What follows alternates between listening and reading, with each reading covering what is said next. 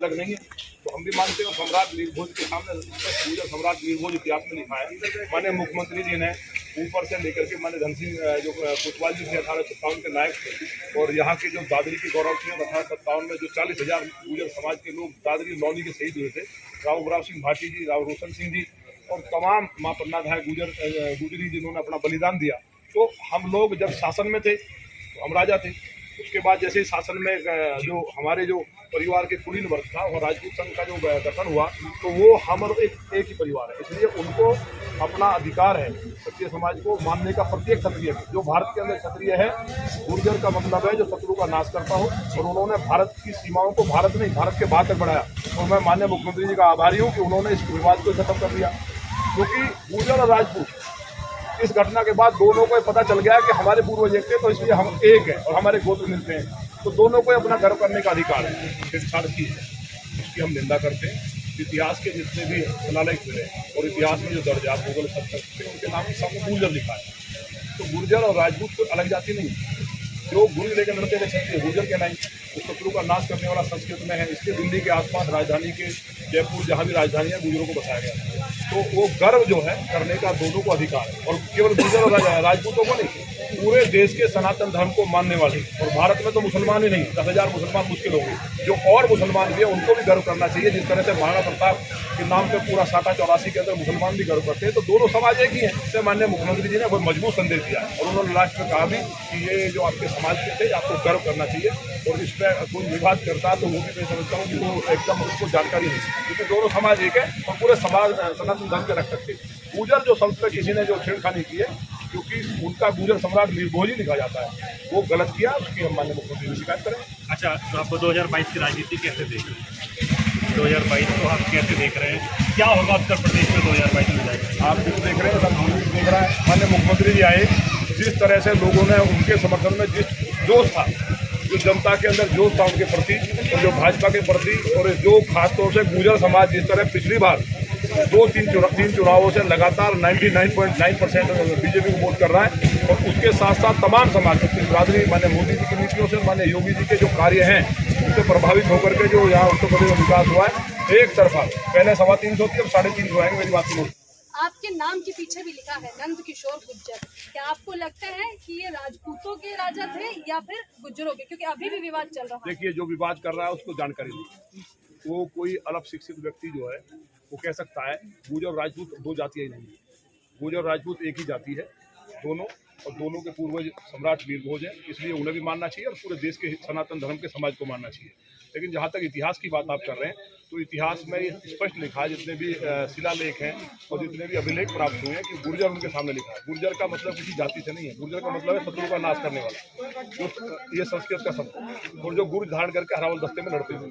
तो जो क्षत्रिय हैं उनकी जो शाखा गुर्जर जो है वो सबसे ज्यादा बहादुर, इसलिए दिल्ली के चारों तरफ, जयपुर के चारों तरफ, जहाँ जहाँ देश में राजधानी वहाँ बसाया जी, ऐसे उन लोगों को कैसे समझाएंगे जिनका परसेंटेज आप लोगों से कहीं ना कहीं कम तो है, लेकिन अस्तित्व रखते हैं दादरी विधानसभा में, और ऐसे में देखा जाए तो अभी सुरक्षा भी तैनात कर दी गई है ताकि मूर्ति से छेड़छाड़ नहीं, ना हो। मूर्ति को कोई छेड़छाड़ नहीं कर रहा है। थोड़े से हमें पता चला है कि दूसरी पार्टी के एजेंट यहाँ घूम रहे थे जिन्होंने इस तरह की बात की है। जब माननीय मुख्यमंत्री जी ने साफ कह दिया, तो हम कह रहे हैं राजपूत गुर्जर दो जाति नहीं है।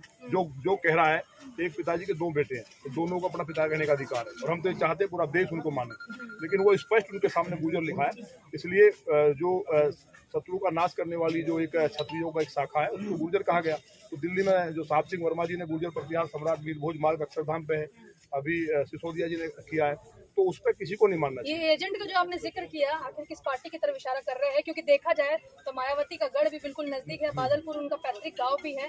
क्या समझे कि कहीं ना कहीं वोटों को साधने की राजनीति 22 में चुनाव नजदीक घूमती नजर आ रही है? देखिए, मायावती इन चक्रों में कभी बहजी नहीं पड़ती, उनका हम सम्मान करते हैं, उस क्षेत्र की बेटी है, पूरा क्षेत्र भी सम्मान करता है। लेकिन क्योंकि भारतीय जनता पार्टी और माननीय मुख्यमंत्री जी सनातन धर्म की पताका को फहरा रहे हैं और देश को एक करने का काम माननीय मोदी जी के नेतृत्व में कर रहे हैं, इसलिए यहाँ जो लोग इस तरह की बात करें गलत कह रहे हैं। जब माननीय मुख्यमंत्री जी साहब कह के धन सिंह जी कोतवाल 1857 की क्रांति के नायक, माँ पन्ना धाय और हमारे राव उमराव सिंह भाटी और सम्राट वीरभोज की आपके समाज के हैं, और उन्होंने खुद ट्वीट भी किया है, तो उसके बाद ये नहीं करना चाहिए। इसलिए ये बिल्कुल स्पष्ट है कि दोनों समाज एक है। और जो 1857 की क्रांति के नायक धन सिंह जी और रोशन सिंह जी और तमाम हमारे समाज के पूर्वजों को जिस तरह से उन्होंने नाम लेकर के उनका जो गुणगान किया, उससे पूरा समाज गदगद है और समाज माननीय योगी जी के साथ है। और जहाँ तक सम्राट मीर भोज जी की बात है, तो उनके नाम के आगे लगा हुआ था, किसी ने जो छेड़छाड़ की है, इसकी हम माननीय मुख्यमंत्री जी से शिकायत करेंगे।